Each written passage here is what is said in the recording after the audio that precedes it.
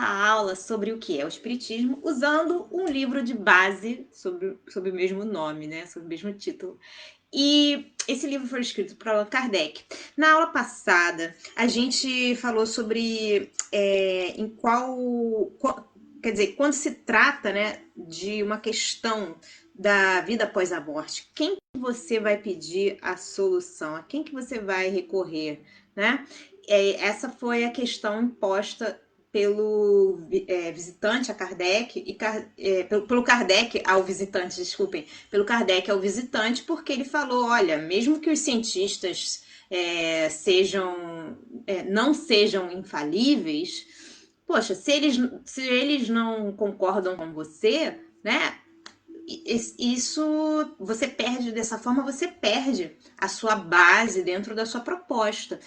E aí Kardec falou assim, tá bem, mas olha só, a gente sabe que se as pessoas são infalíveis, né, e alguém precisa estudar esses fenômenos, alguém precisa entender sobre o que se trata. Se os cientistas não querem, não desejam, né, alguns deles não desejam participar dessas pesquisas, a gente não pode deixar, mesmo assim, essas pesquisas abandonadas. Alguém tem que, né, tem que pesquisar sobre isso, porque a gente também não pode deixar somente essas questões somente para a religião, para os cultos, para as crenças, para as superstições. A gente precisa investigar do que se trata realmente, dos fatos, para que a gente possa separar o que é superstição do que é fato, ok? E aí ele dá o exemplo, né? Se você estiver fazendo uma obra dentro de casa, você vai chamar quem? Você vai chamar um dançarino? Não, você precisa de um engenheiro, de um arquiteto, né? Então você precisa de um especialista para determinado assunto. E é por isso que a gente se propôs a fazer isso, a estudar seriamente esse assunto. Bom, na aula de hoje, a gente vai falar sobre qual é a base em que se firma a crença na existência dos espíritos, tá? E aí o visitante diz o seguinte: ok, perfeitamente. Eis aí um sábio raciocinando com sabedoria e prudência. E, sem ser sábio, eu penso igualmente. Notai, porém, que ele nada afirma, mas duvida.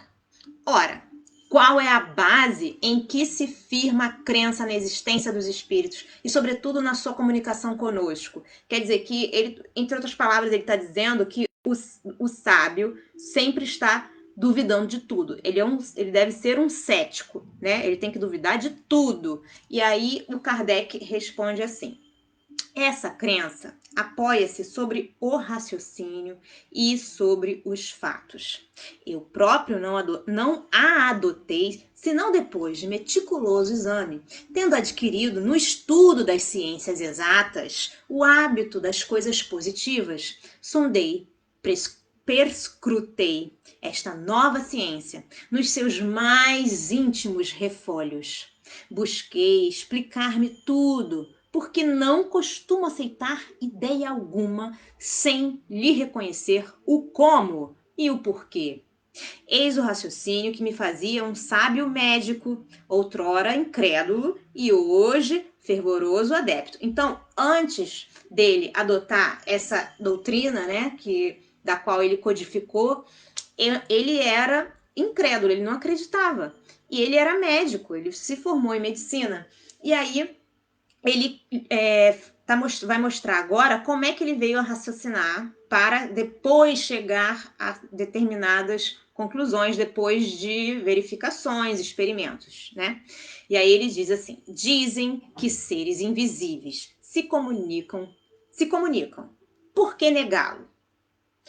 Antes de inventar-se o microscópio, suspeitava alguém que existissem esses milhares de animáculos que causam tantos estragos à economia?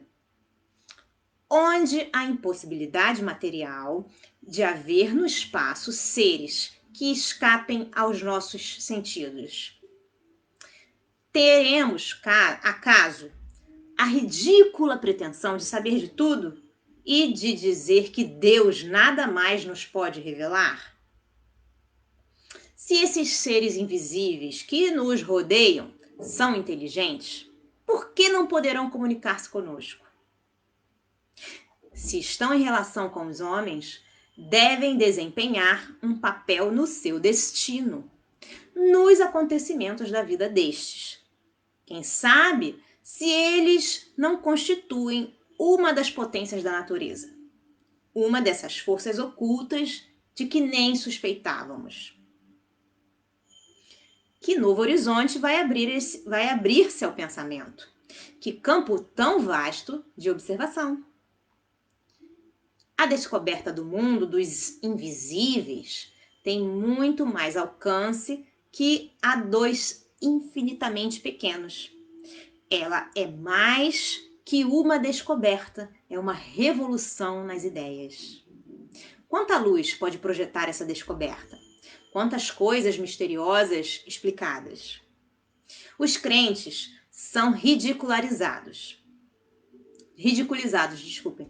Mas que valor tem isso? Quando mesmo se tem dado a respeito de todas as grandes descobertas? Cristóvão Colombo não foi repelido, sobrecarregado de desgostos, tratado como insensato? São ideias tão estranhas, dizem, que não se lhes deve dar crédito. Mas a isso se pode responder que data de meio século a possibilidade, em alguns minutos, estabelecer-se correspondência entre dois pontos opostos do nosso planeta. Em algumas horas, atravessar-se a França. Com o vapor produzido por um pouco de água fervente, um navio avançar contra o vento.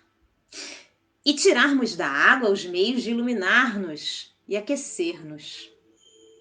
Quer dizer, antigamente, se a gente fosse voltar no passado e mostrar um celular agora para eles, eles iam falar, nossa, isso é impossível, isso deve ser mágico, místico, né? Milagre. Quem há meio século, se tivesse proposto iluminar toda a cidade de Paris em um instante e com um só reservatório de uma substância invisível, apenas conseguiria fazer rir de si. Imagina a pessoa chegando assim, olha, eu tenho uma substância invisível aqui e posso iluminar toda essa cidade. Antigamente, que todo mundo só usava luz de vela, as pessoas iam pensar que você era louco, né? Será isso, porventura, coisa mais prodigiosa que o espaço ser povoado pelos seres pensantes que, depois de haverem vivido na Terra, nela deixaram seu invólucro material?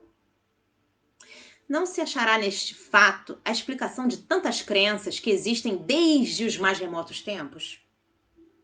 São coisas que bem merecem estudo aprofundado. Eis as reflexões de um sábio, mas de um sábio sem pretensão. Elas são igualmente feitas por muitos outros homens esclarecidos. Estes viram, não superficialmente, de ânimo prevenido, estudaram seriamente, sem partido fixo, e tiveram a modéstia de não dizer: não compreendemos isto, isto não pode ser verdade. Sua convicção formou-se pela observação e pelo raciocínio. Se essas ideias fossem uma quimera, um sonho, acreditais que todos esses homens sisudos as tivessem adotado? Que por tanto tempo pudessem ser vítimas de uma ilusão? Não há, pois, impossibilidade material de existirem seres invisíveis para nós povoando o espaço, e esta só consideração devia bastar para exigir mais circunspeção. Quem há bem pouco poderia pensar que uma só gota de água límpida encerrasse milhares de seres, cuja pequenez extrema nos confunde a imaginação.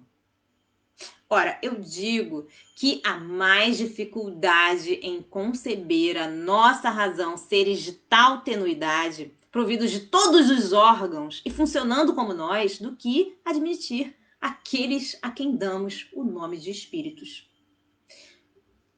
Pois é, gente. Então, ficamos por aqui por hoje. Na próxima aula, a gente vai responder a seguinte pergunta. Só porque algo é possível, podemos concluir que ele exista? Que esse algo exista? É uma pergunta bem esquisita, né? Então, vamos responder na próxima aula. Espero que vocês estejam gostando. Até a próxima. Tchau, tchau.